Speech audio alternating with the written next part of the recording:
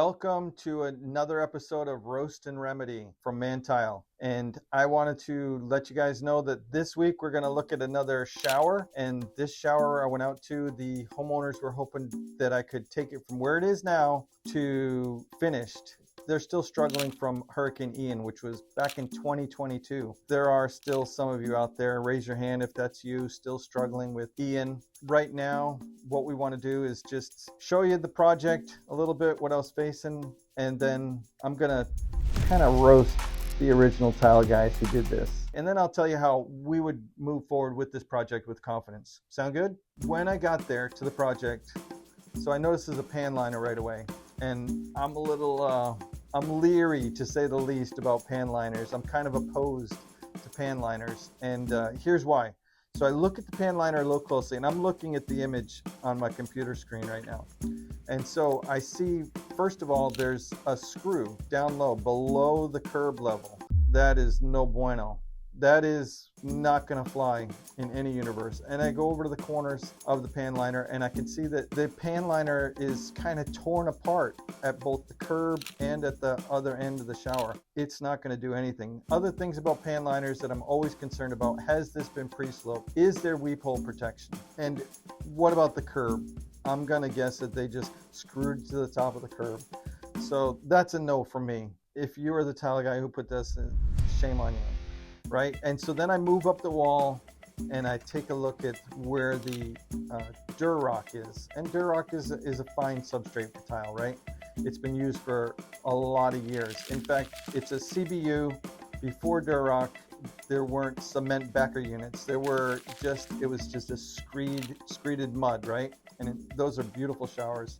We here in Florida, we've kind of not really got the mud showers going on so much. It's what we have are showers that kind of look like this. There's some substrate of some kind, but there's got to be vapor protection. So that's what I noticed. The Durock doesn't have any vapor protection to speak of.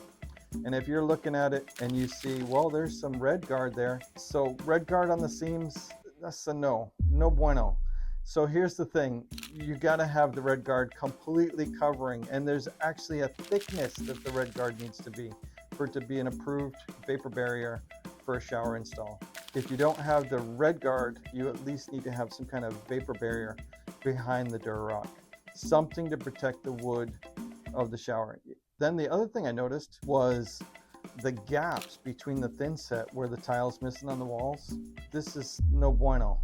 You can have this. What happens is moisture that gets through the grout and gets to the other side of the tile through the water vapor permeating to the back of the tile. What happens is that moisture can build up back there. And if there's any organic material, it can grow some pretty nasty things. So that is no bueno. So there's no way that I can move forward with this the way it is. Page 248 of the TCNA handbook.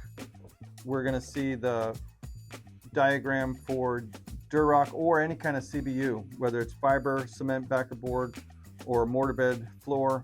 So here's what we're going to do. We're going to always want a vapor barrier membrane option or a waterproof membrane option. Either the vapor barrier has to be behind the Durock, as that arrow shows there, or you have to have a waterproof layer, as that shows there.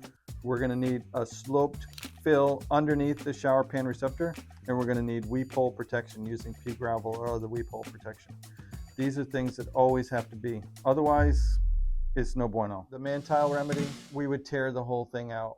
We'd start with a nice clean PVC drain in the bottom, and we would just build it right from the ground up. We use the Schluter waterproofing system. It's a great vapor barrier, and it's going to protect the wood behind the shower for many years to come. In fact, 10-year lifetime, both warranties are available through Schluter systems, and we've never had to activate one.